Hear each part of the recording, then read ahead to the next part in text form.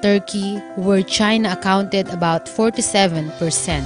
Philippines registered in 2013 a total production of 134,169.92 metric tons with an average yield of 8.70 metric tons per hectare. Central Luzon is the largest producing region, accounting of 55% of the total production. Production from Ilocos region comprised 30% of the total national production, while the Cagayan Valley accounts 5%. In Cagayan Valley region, Nueva Vizcaya has produced 99% of the region's onion production in 2013.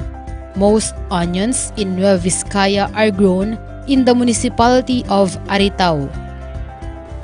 In Cagayan Valley region, Aritao at Nueva Vizcaya is known as the best producer of bulb onion.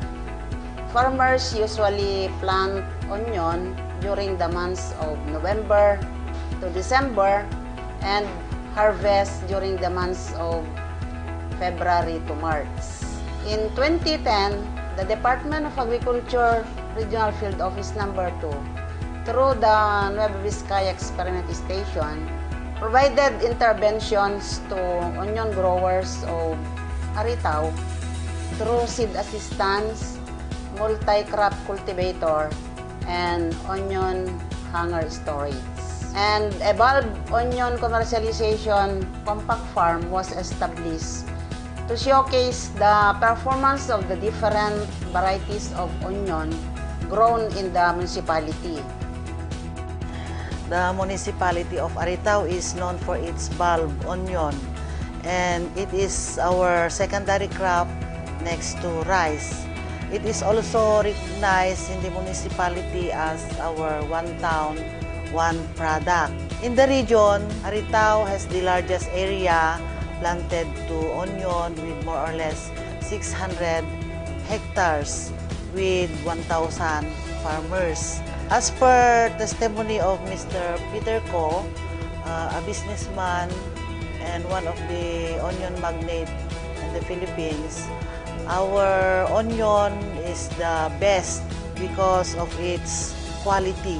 It is so because our onion can last up to 6 months in cold storage. Support services provided by the Department of Agriculture Regional Field Office Number 2 to the onion farmers and cooperatives under the High Value Crops Development Program include acquiring of good quality planting materials and inputs, establishment of hanger storage facilities, development of market linkages, conduct of appropriate and location-specific researches, and its dissemination and setup of demonstration farms to showcase different onion varieties. These services have contributed to increased production levels in 2013, especially in Nueva Vizcaya. The traditional onion marketing channel involves a complex chain of intermediaries between farmer and consumer. In most cases, a local trader will consolidate and supply to assemblers, who in turn supply to various tiers of resellers and retailers. Onions from Nueva Vizcaya are sold via Aritao and Bambang markets. With all the interventions, not only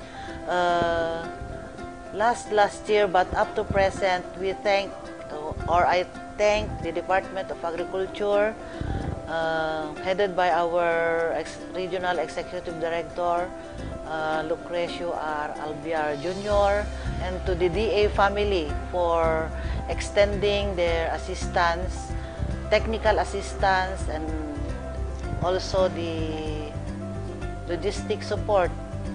Thank you very much, and a special mention to Madam Celi Miranda for always being there to help and to extend assistance to the municipality of Aritao. Thank you. Ensuring its quality support services to onion growers, DARFO2 envisions the Cagayan Valley region as a competitive, affordable, and sustainable onion industry for the coming years.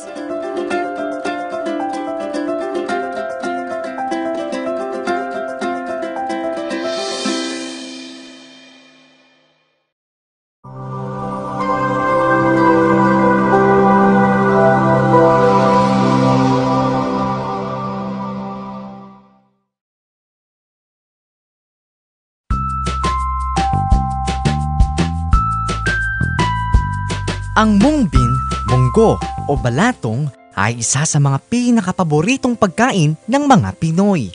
Tinatawag din itong poor man's meat dahil bukod sa ito'y mura na, nagtataglay pa ng mataas na protina sa ating katawan at iba pang mga mineral. Ang munggo ay kadalasang itinatanim sa panahon ng tag-init na nagsisimula sa buwan ng Marso at inaani naman sa buwan ng Mayo. Kaya naman, matapos ng pag-aani ng palay, mainam itanim ang munggo dahil may taglay itong nitrogen-fixing bacteria na siyang nagbabalik sa natural na sustansya ng lupa. Karamihan din sa mga magsasaka ay naghihikayat magtanim ng munggo dahil mabilis at madali lamang itong ihanda. Mula sa pagkokondisyon sa lupa, seed inoculation, pamamahala sa mga peste, pag-aabono, pag-aani, pagpapatuyo, threshing hanggang sa pag-iimbak. Sa Rehiyon 2, ang munggo ay isa sa mga pangunahing produkto sa agrikultura, partikular sa bayan ng San Mateo, Isabela. Sa katunayan, idineklara ni Department of Agriculture Secretary Proceso J. Alcala ang nasabing bayan bilang Munggo Capital of the Philippines, alinsunod sa Administrative Order No. 23 noong 2011. Ito ay bilang pagkilala sa bayan ng San Mateo sa natatanging kontribusyon nito sa produksyon at pagsulong sa industriya ng munggo sa buong Pilipinas. Magandang araw, oras po sa lahat. Ako po si Emiliano Camba, ang kasalukuyan pong Municipal Agriculturist ng bayan ng San Mateo. At atin pong may pagmamalaki na dito po sa aking term, nagsimula po yung atin pong pagpaparami o pagpapalago po ng atin pong mangbin, yung tinatagurian naming black gold ng San Mateo. Nakipag-ugnayan kami sa kagawaran ng pagsasaka dito sa Rehiyon 2, partikular po sa CBR noong araw pa, humingi kami doon ng munggo inoculant. At kami po'y nagpapasalamat na binigyan po naman kami, libre po yon, napakarami pong ibinigay sa amin. So yun ang nagmulat sa amin na dapat magkaroon kami ng mga seed grower, magkaroon kami ng sariling buto ng mungbin upang sa ganun ay sigurado yung aming ibibigay sa aming mga magsasaka. Dito ulit kami nagpatulong sa kagawaran ng pagsasaka, sa BPI, na kung saan ay nabigyan naman kami ng isang variety ng mungbin o balatong na kung tawagin ay yung Pag-asa 7. Ditong Pag-asa 7 ito ay nakita namin yung kagandahan at dito nagsimula yung mas marami pang inaani ang bayan ng San Mateo. Sa kasalukuyan, ang bayan ng San Mateo ay may mahigit 7,000 ektaryang tinatamnam ng munggo tuwing panahon ng tagtuyot. Sa bawat ektarya, may naaaning 800 hanggang 1,000 kilo kada ektarya na pumapalo sa 32 pesos bawat kilo. Nangangahulugan na kumikita ang mga magsasaka ng 25,600 pesos hanggang 32,000 pesos sa bawat ektarya. Ngayon, ang produksyon ng munggo ang isa sa nagpapaangat sa ekonomiya ng bayan ng San Mateo, partikular sa 90% populasyon na binubuo ng mga pamilyang nakadepende sa agrikultura bilang kanilang pangunahing kabuhayan. Po, madalis nakatira sa San Mateo, taga-Boras ng Balatong, ito pagkakitaan ng pag-summer. Yun ang pagtawid ng hanap pagkain ng mga tao. Yun madali ibenta. Dahil sa malaking pakinabang ng munggo sa nasabing bayan, ang lokal na pamahalaan ng San Mateo ay nakapag-avail na rin ng mga proyekto sa pagkikipag-ugnayan sa kagawaran ng pagsasaka at sa iba pang mga ahensya.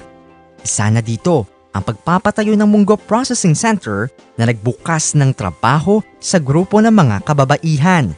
Ilan sa mga produktong pinoproseso mula sa munggo ay hopya, tinapay, butchi, noodles at chips na siyang pumatok sa merkado at nakiisa sa One Town, One Product program sa probinsya. Taon-taon, ginaganap din ang Balatong Festival sa nasabing bayan bilang pasasalamat sa mataas na ani ng mga magsasaka kung saan itinatampok dito ang Technodemo, Farmers Forum, seminars, cooking contest at field visits. Tunay nga naman ang munggo ang may ituturing na Black Gold of San Mateo dahil bukod sa itim nitong kulay kapag aanihin, maituturing ding ginto dahil isa itong kayamanan na may malaking pakinabang sa bayan at sa mga magsasaka. At upang magtuloy-tuloy ang programang ito, nararapat din ang tuloy-tuloy na gabay at suporta mula sa kagawaran ng pagsasaka.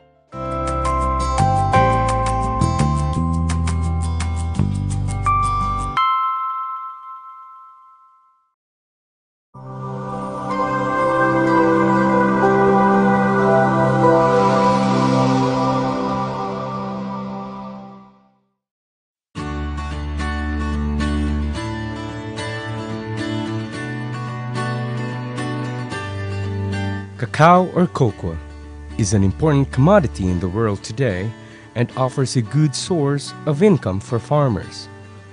The international demand for high-quality cacao beans is growing at about 90,000 tons, and Southeast Asian grinders need an additional 220,000 tons, which they have to import from Africa and other distant areas. The leading suppliers in the world are the countries of Ghana, Ivory Coast, and Indonesia. While Europe and USA are non-cacao producing countries, they still remain as the main market for premium quality beans. The price of cacao has risen by 100% over the previous months. Aside from its suitability for agroforestry, reforestation, and multi-layer farming system, cacao is also consumed as an antioxidant and mainly for manufacturing chocolates or tablea, soaps, cosmetics, shampoo, and other pharmaceutical products. Today, the Philippines is being promoted as a new cacao supplier with the support of the government and non-government organizations. The potential expansion area for cacao is huge and can add up more than 1,500 per hectare of net income from 500 mature trees per year. For the fact that Davao Oriental is the largest cacao producer and exporter, contributing 80% of the country's total production, there is still a promising potential for cacao production to other plantation areas, particularly in Region 2. With its goal to enhance promotion and development of cacao industry in Region 2, the Department of Agriculture Regional Field Office 2 or DARFO 2 targets to expand the production area from 220 hectares from 470 hectares in order to increase total production from 5% to 9.66% with 100.70 metric tons by the end of 2016. Lasam is one of the municipalities of Cagayan that has the initiative on producing cacao, as its economy is primarily agricultural, where people derive their income mainly in farming and livestock raising. Since the municipality encompasses 30 barangays with hilly mountains that are adaptable to cacao trees, the Cagayan Valley Cacao Planters Cooperative was formed with 9 board of directors.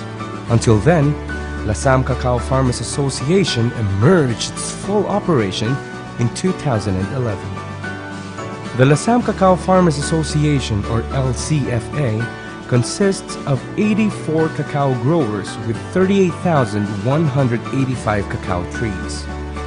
In 2012, the DARFO2, through the DA Northern Cagayan Experiment Station, or NCES, has distributed cacao seedlings, moldboard plow, soil test kit, knapsack sprayer, insured draft animals, and other materials to the said organization. Siya Nestor Sangil agtawena iti 50 ket sinem agnaeda kiti kabantakan West Lasam Cagayan babaen ti tulong ken panusuro no pasano apa nagmula iti kakao inikanda kami iti nayon iti mula ni akakaw sidling ken dadumapay akas iti nuang arado sprayer ken naduma-dumapay a pagsayaatan ni nga inted iti Department of Agriculture. Nagmula na iti sexual seedling ken toy asexual. Siya ka po ket nabayagda nga ibagbagan nga siya ti isukat da ken mi apo tumakder ngem tata na desisyonak nga siya iti mangituloy dajay narugyanan mi iti nga asosasyon. Mangrugi kami na po nga ag-process kadag iti asla kadag ito kakao. Ket number 1 launay dito lasam ket addan iti sumurok kumurang 50 hektaryas dito iling lasam ket makuna nga balinto sentro iti region to dito lasam akas kakao magnet. Ako si Danilo Cortez, OIC Mao ng Lasam. Bilang OIC, ako ang nag-supervise ng mga project sa agriculture.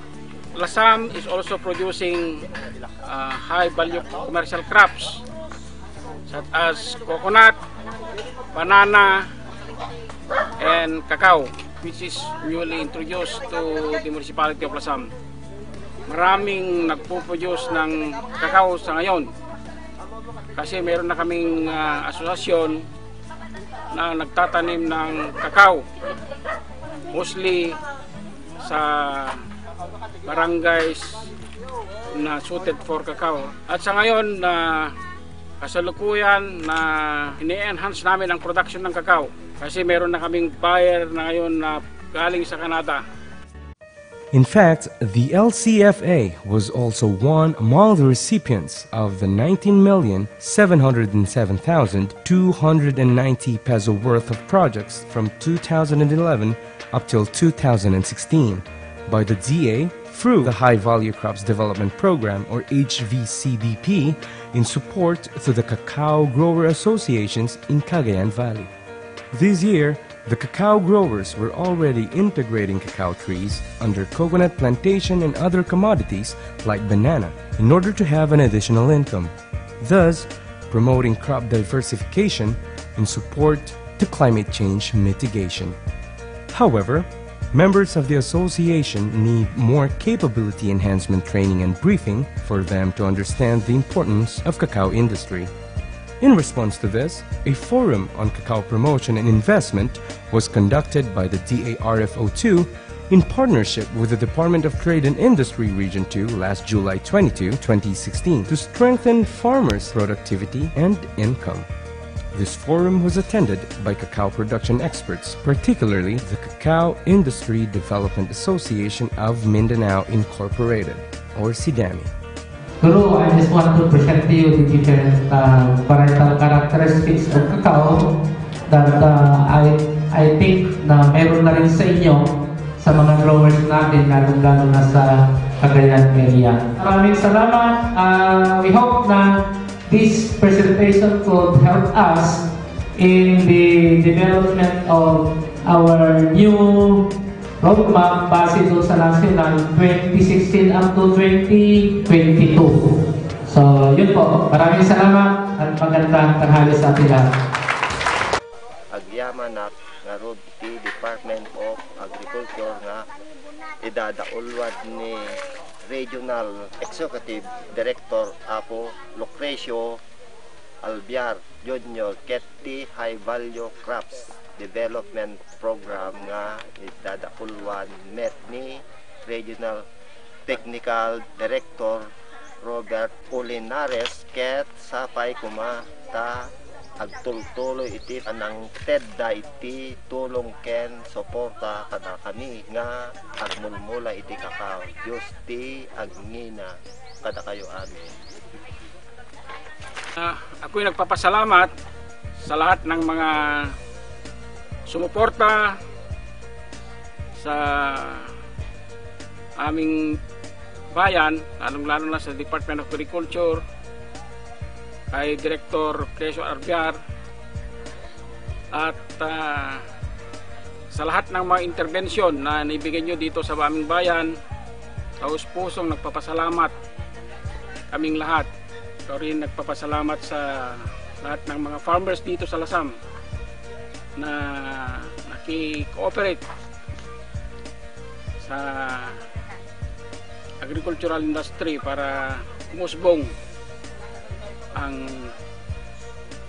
pagpapayabong at pagpapayaman ng agriculture industry sa ating probinsya, lalong-lalo na sa ating bayan ng Lasam. Thank you to all of you.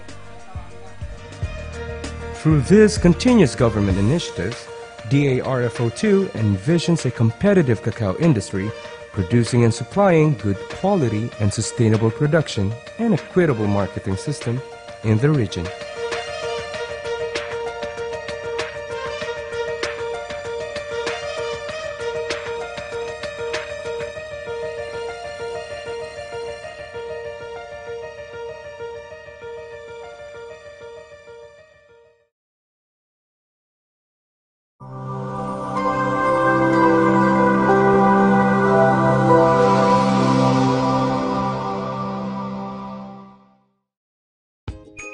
The Gamu Rural School is this year's champion for Best School Implementer High School category in the Gulayan sa Paaralan program of the Department of Agriculture in partnership with the Department of Education. The school is located at Barangay Linlingay, Gamu, Isabela, with a land area of 53 hectares.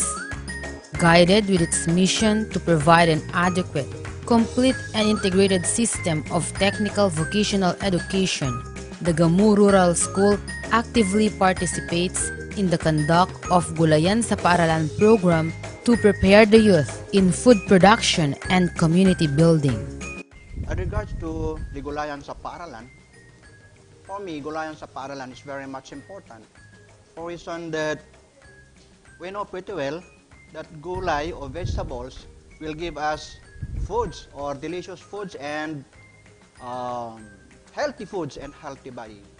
And besides, Gulayan sa Paaralan is a laudable endeavor to our young boys and girls that their participation in these activities is not only their willingness to compete but to develop their managerial skills, showing their potentials and determination and confronting squarely the present demands for a national economic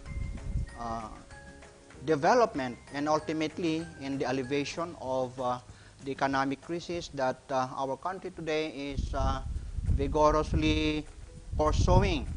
So in this regards, our students play a vital role in building a strong and a healthy community, division, region, and in the country as a whole.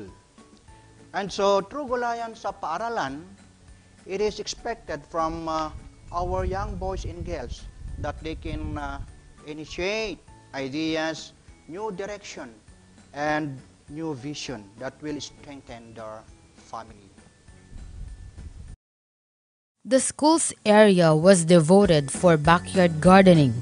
This was manifested through the collaborative effort of teachers, students, parents, and the community. They take the responsibility of tending the plants from land preparation up to harvesting. These vegetables include green leafy, yellow fruits, root crops, and malunggay orchard.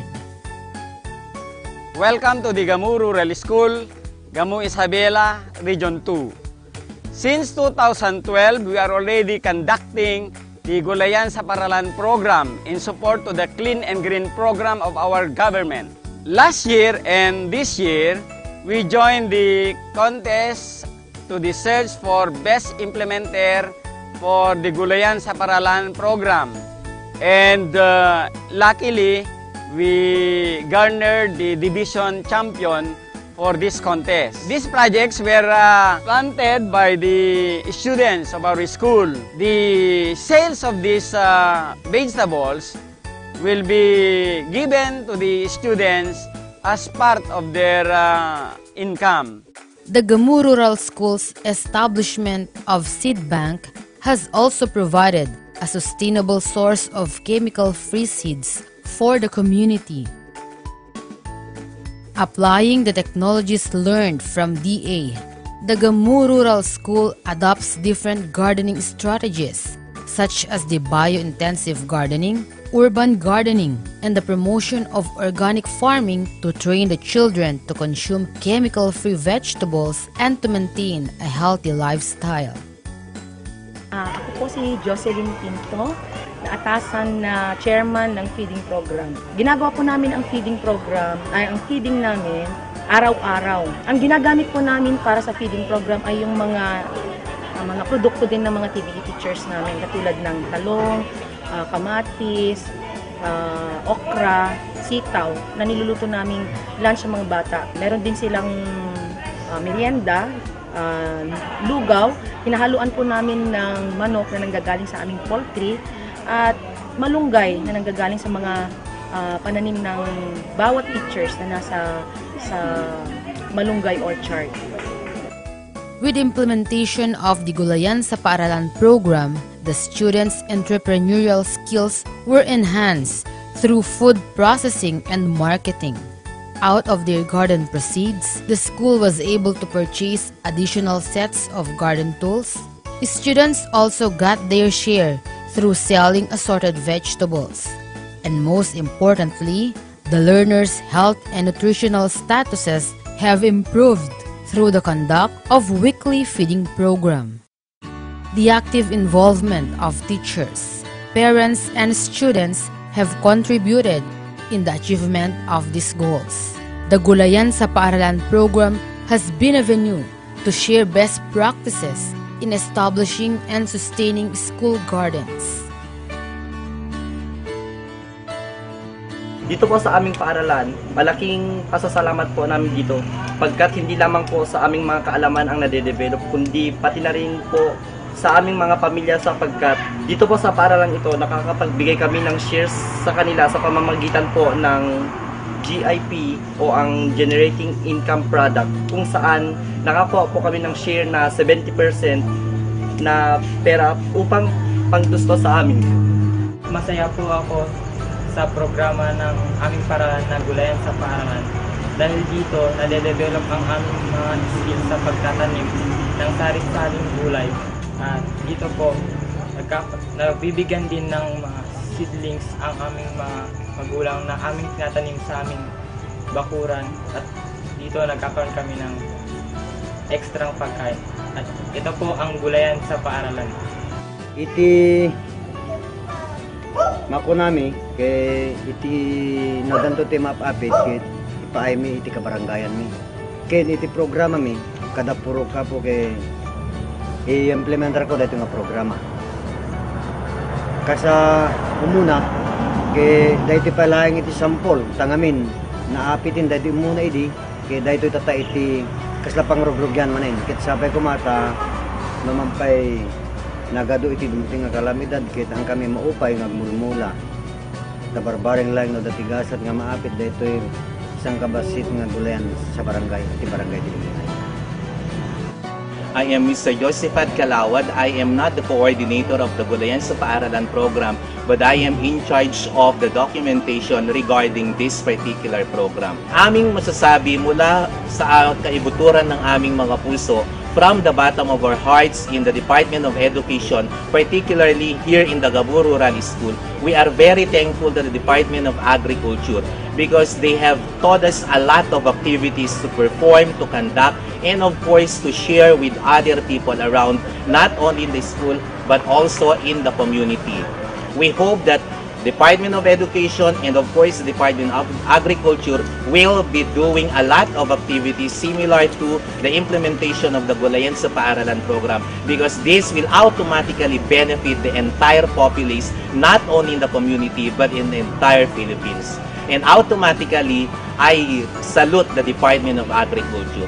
Thank you, Department of Agriculture, for being there, supporting us not only always but all the time. Thank you, mabuhay at maraming salamat po. Hence, the Gamu Rural School continuously proves that the establishment of vegetable gardens is a great contribution in the country's food production systems. And by making it more accessible to all schools, the government can better ensure food safety, security, and sufficiency.